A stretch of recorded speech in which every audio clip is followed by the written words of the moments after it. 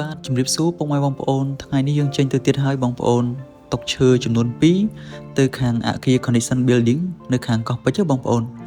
ហើយតុកនេះដែរយើងធ្វើពីឈើច័ន្ទគិរីបងប្អូនសាច់ឈើក្រាស់ល្អដូចក្នុងវីដេអូអញ្ចឹងបងប្អូនហើយយើងខាត់យើងបាញ់ថ្នាំផ្ទៃឈើរលោងស្អាតអញ្ចឹងបងប្អូនតុកនេះមានຂະຫນាតធំល្អបងប្អូនទទឹង6តឹកបណ្ដោយ1ម៉ែត្រ2តឹកកម្ពស់75សង់ទីម៉ែត្របងប្អូន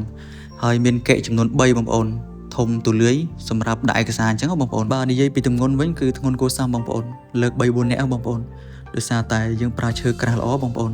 ហើយទំហំតុកក៏ធំគួរសមដែរបងប្អូនហើយតុកនេះខាងអគារ Connection Building នៅកោះពេជ្រគាត់កំងយកទៅប្រើនៅចំណតម៉ូតូបងប្អូនសម្រាប់ឲ្យពូសន្តិសុខគាត់ដាក់ឯកសារផ្សេងៗអញ្ចឹងបងប្អូនតុកនេះដែរប្រើត្រូវគ្រប់តម្រូវការទាំងអស់បងប្អូនមិនថាបងប្អូនជាវយកទៅប្រើប្រាស់នៅតាមគេហដ្ឋានឬយកទៅប្រើនៅការិយាល័យបងប្អូនព្រោះសម្រាប់ដាក់ឯកសារបានច្រើនបងប្អូនក្រៅពីតុកនេះយើងមានគ្រឿងសង្ហារឹមជាច្រើនផ្សេងទៀតបងប្អូនយើងមានតុកកៅអីតុកបាយតុកកាហ្វេតុកម៉ាបតុកឈើគឺច្រើនម៉ូតមែនទែនបងប្អូនដែលបងប្អូនអាចចូលទៅមើលរូបភាពនិងវីដេអូជាច្រើនផ្សេងទៀតនៅក្នុង Facebook Page អញ្ចឹងបងប្អូនហើយសម្រាប់ព័ត៌មានបន្ថែមបងប្អូនអាចតាក់ទងតាមលេខទូរស័ព្ទ3ប្រព័ន្ធខាងលើឬឆាតមក Facebook Page ឬ Telegram របស់យើងខ្ញុំបាទសូមអរគុណសូមជម្រាបលា